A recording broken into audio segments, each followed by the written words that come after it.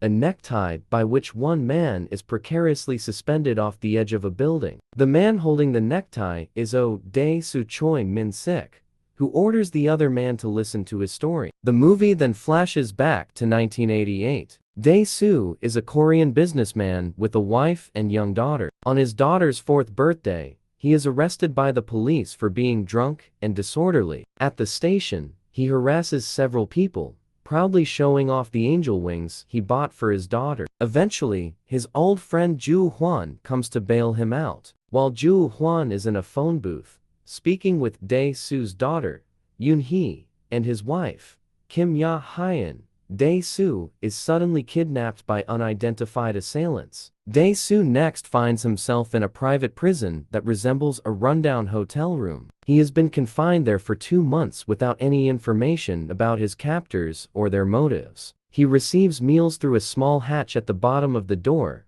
and is gassed into unconsciousness, either when he becomes suicidal or when his captors need to enter the room to maintain it or cut his hair. His only link to the outside world is the television, from which he learns that his wife has been murdered, his daughter has been placed in foster care, and he is the prime suspect. His captors have taken blood and other samples from him, and likely planted evidence at the crime scene to frame him. This situation, coupled with his ongoing imprisonment, drives Dae-soo into near madness and violent hallucinations. In an effort to maintain his sanity and identify his captor, Dae-soo fills several notebooks with an autobiography and prison diary, detailing everyone he might have wronged in the past. Starting in the 5th year of his captivity, he begins to tattoo lines on his arm for each year he's been held, and trains rigorously, shadowboxing and punching the walls until his knuckles develop thick calluses. When he discovers an extra metal chopstick in one of his fried dumpling meals, he hides it and uses it to slowly dig a hole in the wall. That night,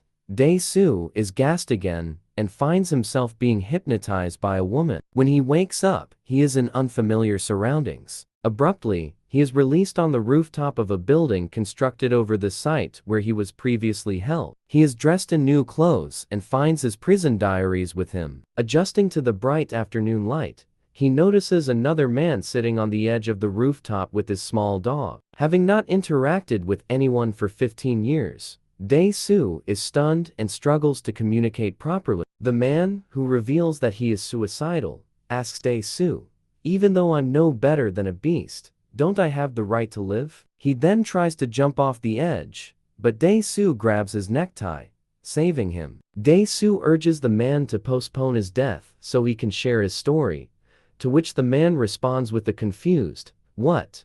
The scene ends where the film began. After sharing his story, Dae-soo walks away from the rooftop, disregarding the man's desperate plea to hear his story in return. As Dae-soo exits the building, the suicidal man leaps off the edge, landing on a car behind him and killing both himself and his dog. Dae-soo pauses for a moment and then breaks into a wide smile. He reflects on the quote, "Laugh and the world laughs with you. Weep and you weep alone." This line has served as Dae-soo's mantra throughout the film, helping him cope with the horrific situations he faces. Wandering the city, Dae-soo struggles to find direction with his newfound freedom, especially with the false accusation of his wife's murder hanging over him. When attacked by a gang of thugs, he finds that his years of solitary training have paid off, successfully defending himself with just his fists. Later, Dae-soo stands on the street, observing fish in an aquarium, when a homeless man approaches and hands him a wallet full of cash and a cell phone. He then encounters Mi-do Kang Hae-jeng,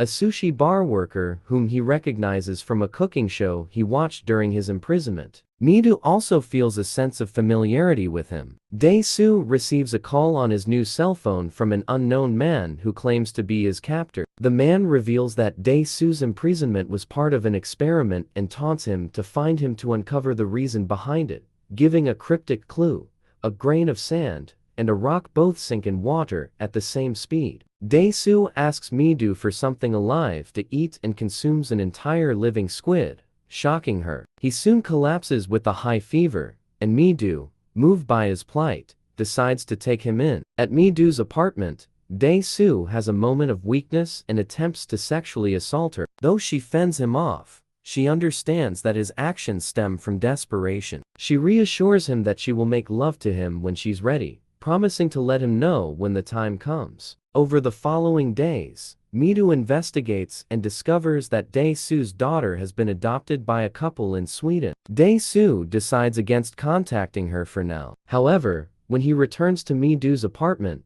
he finds that she has been chatting online with someone who later reveals themselves as Dae-soo's captor. This revelation causes Dae-soo to doubt Midu's loyalty, and he leaves, feeling he can no longer trust her. Based on the taste of the dumplings he was fed for 15 years while imprisoned, and having once glimpsed the name Blue Dragon on a receipt fragment, Dae-soo begins visiting various Chinese restaurants with Blue Dragon in the name, trying to identify the one responsible for his meals. When he finally discovers the right place, called Magic Blue Dragon, he tails the delivery boy on one of his rounds and locates the private prison. Inside, Dae-soo captures the prison's manager, Mr. Park, and tortures him by pulling out his teeth with the claw hammer, one for each year of his imprisonment. Under duress, Mr. Park directs Dae-soo to a series of tape recordings, one of which bears Dae-soo's name. The recording reveals that the facility is a private prison for people who want others locked away indefinitely. Dae-soo learns that his captor had arranged for him to be imprisoned for 15 years.